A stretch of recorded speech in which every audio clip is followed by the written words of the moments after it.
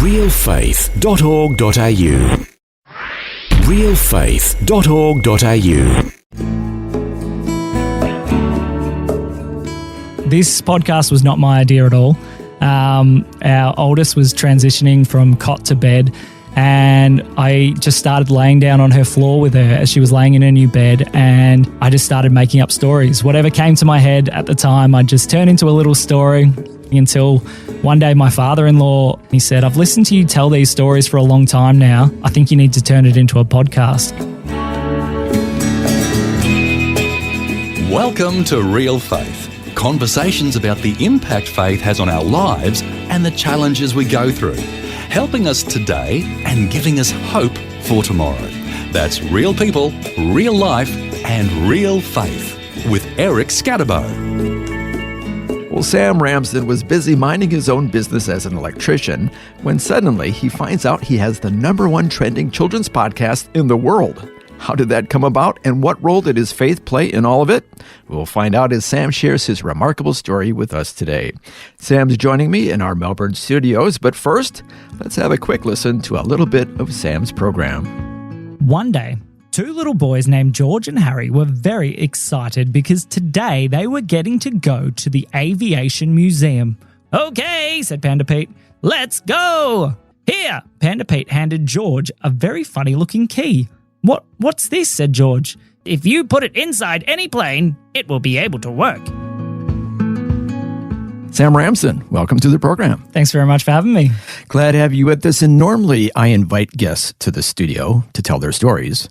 You were already here. I found you in the studio and I asked you, could you just stay in the studio and tell your story? Yeah. Why are you here? Well, I do a kids podcast, and the team at Reach Beyond have been really gracious in letting us use their space. The Reach Beyond studios here on the east side of Melbourne, we should say. Yeah, which has been such a blessing to me and my family and my podcast. So I'm really grateful because it's given me a space that's great for recording, and I don't know, I find I can think really clear in here. So yeah, we record our stories in here now. Oh, that's great. Now I should say your dad, John Ramsden, was a guest on my program in the past. Oh. And so I became friends with him on Facebook. And then I noticed a few months ago, he was posting stuff about you, telling stories. Yes. And of course, your father is a very creative guy. He was in a band and all that. You can go into the archives to find your father's story. And all of a sudden, he's very proud of you. And so proud is probably an understatement.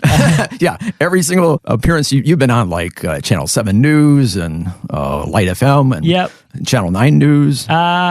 7, 9, and we were on 3AW for a short little, interviews, radio, media. The podcast is going #1, trending in the world and all that. It's all happening.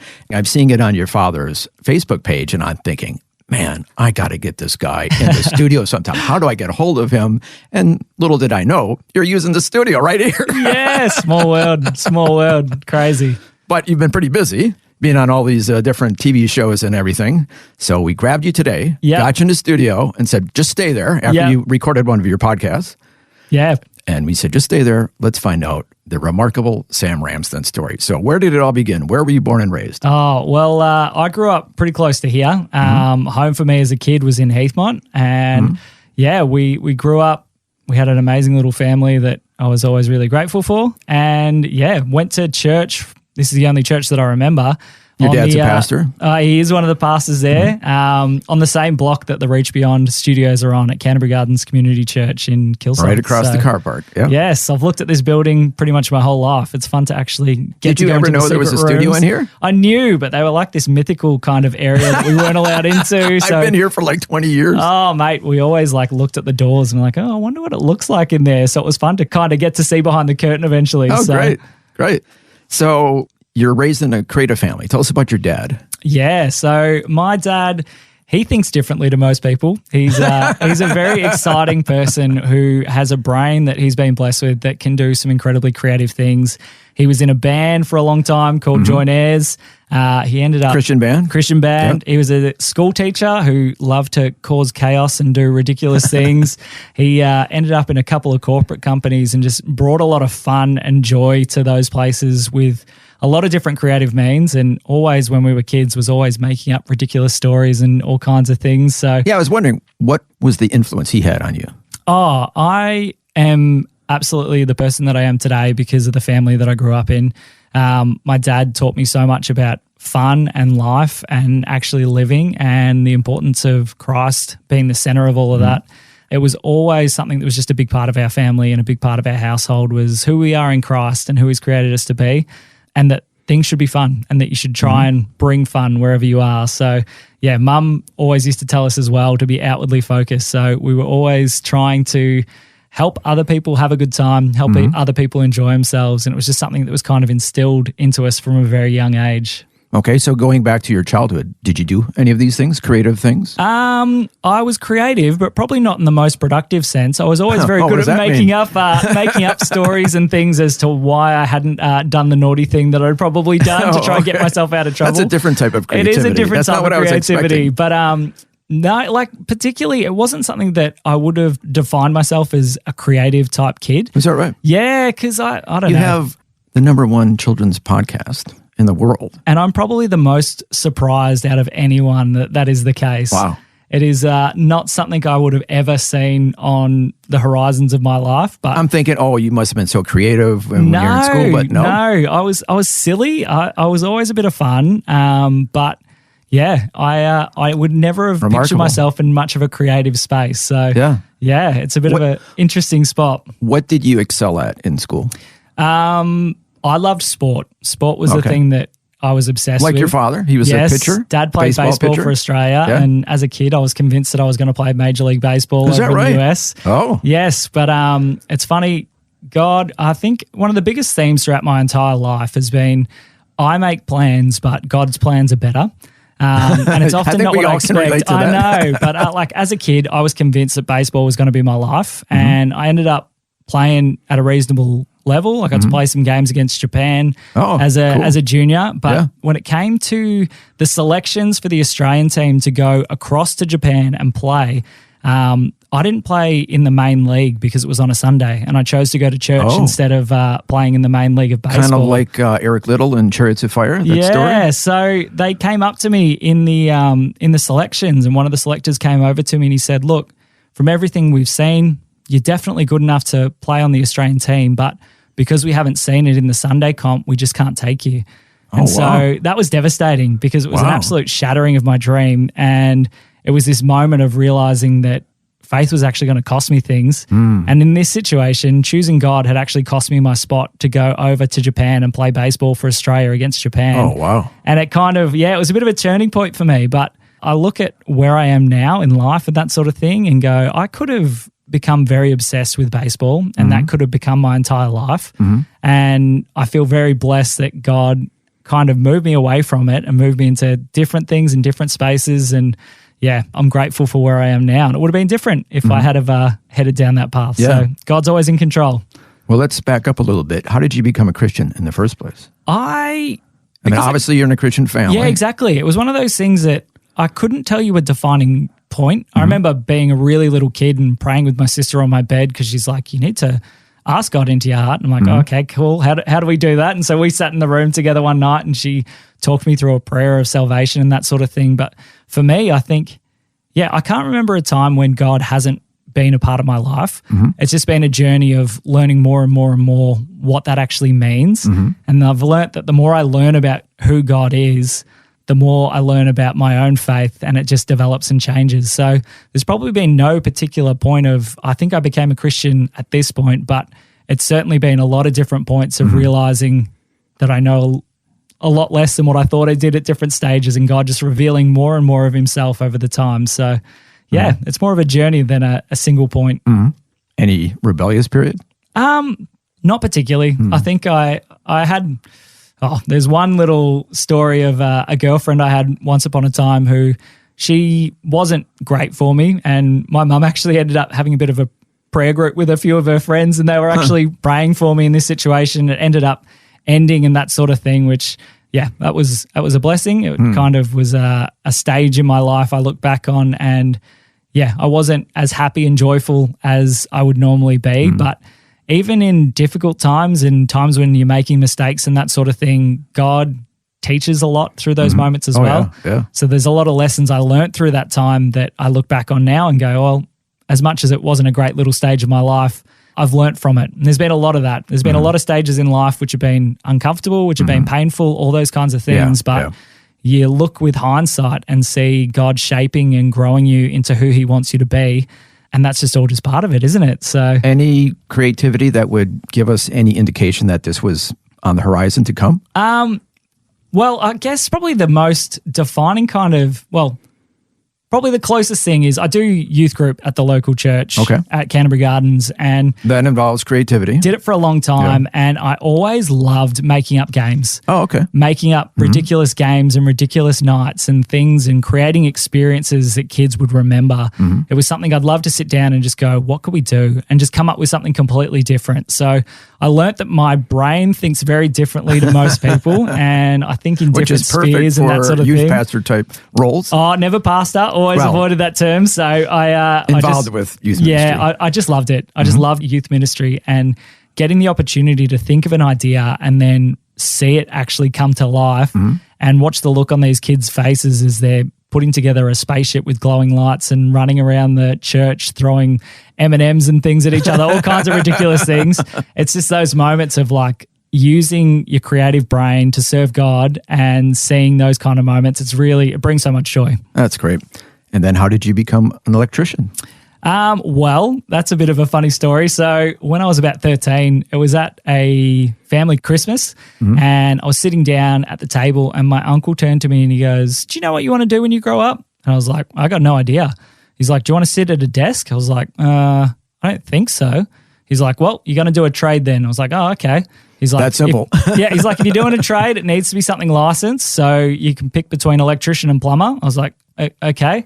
And he's like, and do you want to play with other people's poo? I'm like, no. He's like, cool. You're going to be an electrician. I was like, all right, I guess I'm going to be an electrician. That was referring to being a plumber. Yeah, exactly. And so from then on, I had decided, I guess I'm going to be an electrician now. So I went through and still finished school and everything like that, which I was really grateful for. Did you have any interest in electricity or? Not particularly, but it seemed like a interesting little path. It seemed like something that was active and out and about and that sort of thing. So I stumbled into being an electrician, and then I stumbled into owning my own electrical business. That's a fun little story. Yeah, yes, please, sure. Well, I never planned on starting a business. I always told everyone there is no way you will ever find me running my own business. It's just not going to happen. And I've learnt that when we say never ever, God often goes, we'll see about that sort of thing. It was 2 months before me and my wife were about to get married. She was still studying full-time to become a physiotherapist. And the company that I was working for went into liquidation. Oh. And I'd been saving all my annual leave and RDOs so that we could have some time off when we first got married and all that sort of thing. And then all of a sudden I had no job and my wife didn't have a job. She was working one shift a week in disability care.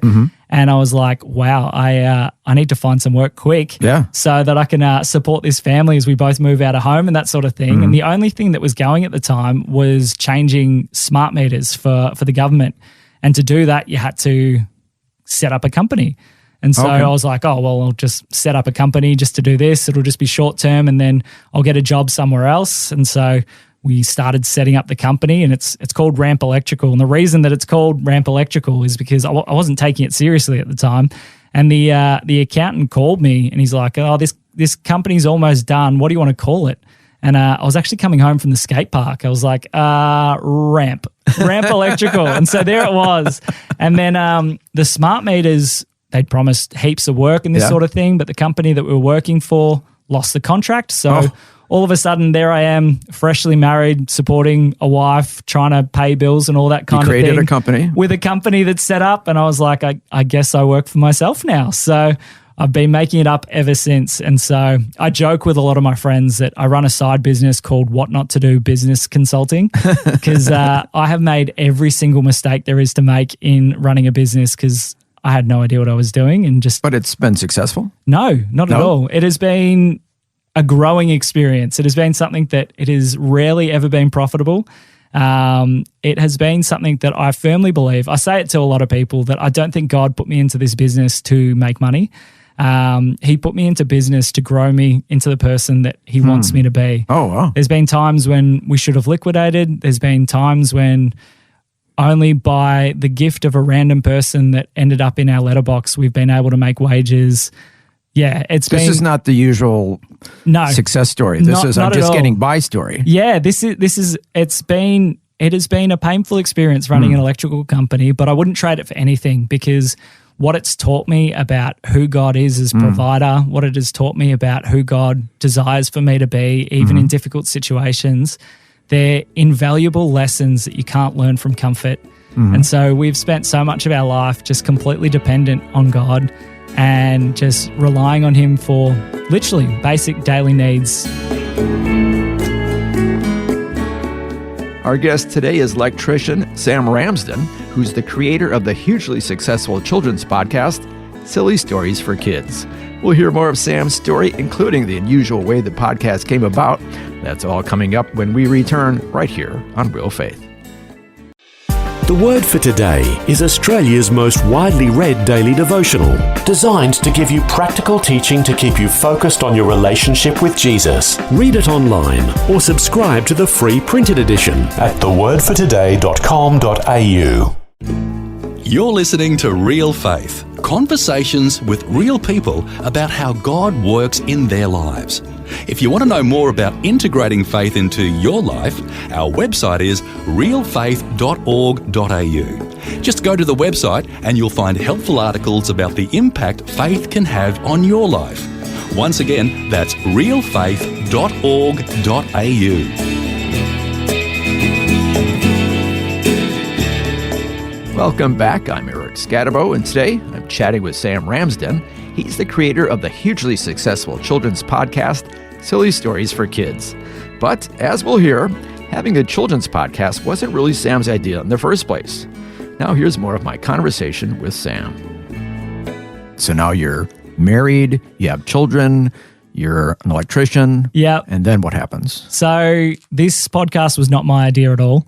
I have 4 kids now, but back when I only had 2, our oldest was transitioning from cot to bed, and I just started laying down on her floor with her as she was laying in her new bed, and I just started making up stories. Whatever came to my head at the time, I'd just turn into a little story. No plan, just name the story. No plan whatsoever, and just kept going, and it just kept going on and on as we had more kids. The stories kept going and going until one day my father-in-law said to my wife, I need you to get your kids looked after. I need to speak to you and your husband.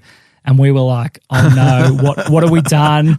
Have we forgotten to pay them back money or something? Do we owe them money or something? What's going on? We were both nervous. And then he took us out and sat us down and he said, I've listened to you tell these stories for a long time now. I think you need to turn it into a podcast. And I was like, wow, what are you talking about? So he had the vision. Yeah. He had been researching and all this kind of stuff and sat us down and explained. He's like, this is how podcasting works. This is what you need to do. If you want to give it a go, I want to back you and I want to push you. Wow. So from then on, I just started watching a bunch of YouTube to try and understand what it actually took to record a podcast, edit a podcast, put it all together, and just started. And we put together a couple of little stories to get ready and then planned a launch date, which funnily enough was like 2 weeks after the birth of our 4th child, which greatest time to start a podcast. But oh well, we look back and it's been a fun little journey. So it kicked off and I honestly thought that I was just going to be making a catalogue of stories for my own kids to show their kids one day maybe, and maybe a couple of our friends might listen or something, but it took off and it just started to grow and grow and grow. So quite to my surprise. Wow. So what do? You just lay on the floor in the studio and pretend you're with your children? I mean, how does this work? Well, now I sit down at my at the studio and I pull out my phone because kids can put their names in to be in the story. And so so you incorporate kids into the stories. So I'll go through the list and see where we're up to, and I'll write down the name of the kids that are going to be in the story, and then I'll come up with a tiny little starting idea. It might be a basketball, it might be a cookie, it could be anything, just whatever the first thought that kind of comes to my head is. Yep, object, place, something, anything. It's always quite random, and then I just start talking, and yeah, it's interesting. Like, I must have some unforeseen structure in my head because they always seem to end up to be around that like 12-minute mark without me even thinking about it. Really? It's really weird. Which is really ideal for a children's story. It seems to be good. So I just open up my brain and let it go because I've got quite a crazy little brain. It is most of the time trying to keep it under control. And so for me, sitting down and doing these stories is a chance to kind of use my brain the way that God's created it and just unleash it and see what comes out. So it's a lot of fun. I really enjoy it. So when you first started telling these stories to your children, Yep. did you have a goal? Did you have some type of a bigger, like to teach lessons in life or? No big picture view. Basically, we realized that for our family, if I laid down and told the kids a story before bedtime, it gave my wife 10 to 15 minutes of time to use however she wanted, because she works so hard with our kids. She's amazing, my wife. I'm incredibly blessed with the wife that God's given me. But for me, that was my way of like running a business and that sort of thing. It's very busy and it's time consuming. And so for me, that was my way every night of going, hey, here, you take 5 minutes. It might, 15 minutes. She might stop and have a cup of tea, or she might clean a few things around the house so that she feels like she could stop later. But it just became part of our family's rhythm that I would do that before bedtime to give her a moment to help kind of get the kids ready for bed. And it just became that. There was never any real big thought or process behind any of it, which I don't think there's a real thought or process behind much of it, but it's all just been coincidental and just the way that our family's kind of operated. So, okay, so I'm trying to picture this. You lay down with your children yep, on the floor of their bedroom. yep. What do you just say? Well, hey, let's talk about this, or how does No, it work? it always just started the same way that all these stories still start. I'd just say one day and then just start talking. Just one day and start talking. Yeah, so just say one day, 3 little girls, because it was always about my kids at the time, Yeah. say their names, and then most of the time back then I wouldn't even have a starting thought. It wasn't Nothing. until I'd say their names that I'd see what came to my brain next and just go with it. Oh, wow. And so it's been really interesting to see all the different characters and things that have come out over the years. You have regular And characters? there's a couple of ones which are the main ones that people love, but there's so many Imaginary random characters? Yeah. There's Pim Pim? Is it? Pim Pim, yes. Okay. The purple fuzzy creature named Pim Pim and the cheeky little teddy bear named Teddywinkle are the main two, but there's probably about 30 or 40 that crop up here and there. And Oh, my goodness. yeah, because it's just wild. You'll just be sitting there. Like you're and just then- taking a trip on your imagination. Yeah. I heard so- a little bit, some samples, and like people go inside of cameras or something. I don't know if The funny thing is that I get to the end of telling a story and I often can't even remember a lot of the things that I've said. It's not until I go back to kind of prep it to put up as the podcast that I listen and I go, oh, that was a bit of a funny one. So it's wild. It's basically following where my brain leads and just seeing what Just going stories on and adventures, these characters and your children. magical items, all kinds of crazy things, often with a big element of chaos that often resolves itself, occasionally doesn't, but I love bringing joy to people and I love having the opportunity to say or do or make something up that makes people laugh and smile. So that's always been the aim behind the content in the stories, is bit to of fun. create joy. Yeah, bit of fun. Not overthought, not too conceptualized, not trying to push any particular message, but just good, honest fun. So, Okay. Now, I'm a first-time grandfather, yep, so please help me out. yep. If I'm laying on the floor with Yep. my grandchild, my grandson, and I want to share with him a story, what tips do you have for me? If it's not your gifting, leave it to someone else.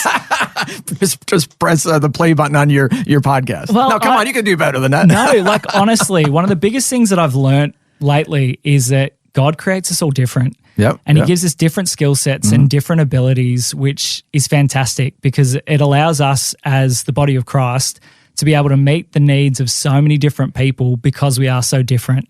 And I have learnt that when you are serving God in a capacity that he has designed you for, it is so joyful. And trying to do things that God hasn't designed you to do can be not the most fun. And Okay. it's something that I've learnt by trying to serve in different areas because I felt like I should. And it wasn't areas where I was gifted and it feels like work and it feels difficult. But serving in a youth group capacity where God has given me a love and joy for that kind of stuff, and serving with this podcast where God has given me a skill set that is different to a lot of people, it brings so much joy. But it's also shown me that in this space, I can do something that most people can't. Because of the way that God has wired my brain, it is different. Very interestingly. Yeah, yep. And I love it. I love the brain that he's given me with. It has its quirks, it has its difficulties, but it makes so much of who I am. But I had a day once where one of my mates was over and one of the kids was like, you two can do a story competition. And he was like, what? And I was like, oh, I tell the kids stories each night. And they're like, you can go first, to my friend. And so he laid down and tried to tell a story. He has many giftings. Storytelling isn't one of them. And he stopped and finished. And my daughter very, very honestly said, that was really bad. I was like, oh, no. But it made me realize. How come you're not as good as my dad? Exactly. It made me realize how strange what I'm able to do is. And but it's a gift. It's only because of the way that God's wired me. And so it's one of those things. I encourage people. I want some tips. Now, what do you got for me? You want some tips? If I had to give you one, it would be to try and see the picture in your head and try and follow it. Oh, okay. So that's what I do. Just picture see stuff happening in your head and follow it. So keep talking and see what comes out. And I think the biggest thing that I would love to share is to encourage anyone listening to get to know who God's created them to be. Because the more you know the God that we serve and the more you understand who he's created you to be, the more opportunities you can have to be able to serve him well in a way that probably no one else could serve. And so for me at the moment, in the time that God's got me in, we hold everything with open hands. He can give and he can take away at any stage. But at the moment, I'm getting to serve God in a way that not many other people could. And I just want to encourage anyone who is listening to think about what that might be for them. Because serving God, how he's created you to be, brings so much joy to you personally, but also brings so much of Christ to the world that we live in. Amen. Sam Ramsden, thank you so much for sharing your story with us today. Hey, thanks for the opportunity. Our guest today was Sam Ramsden, sharing his story and about the events in his life that led him to creating one of the most successful children's podcasts in the world. To find out more and to have a listen to some of his crazy and imaginative stories, the website is sillystoriesforkids.com. Once again, that's sillystoriesforkids.com. Also, you can listen to Sam's podcast on your favorite podcast player. Just look up Silly Stories for Kids. Well, thank you so much for joining us for Sam Ramsden's really cool story. Until next time, I'm Eric Scatabo. So long, and God bless. You've been listening to Real Faith, and if you have any questions or comments, you can send us a message through our website, realfaith.org.au. That's realfaith.org.au. Real Faith is a production of Vision Christian Media. This program is a production of Vision Christian Media. To find out more about us, see vision.org.au. This program is a production of Vision Christian Media. To find out more about us, see vision.org.au.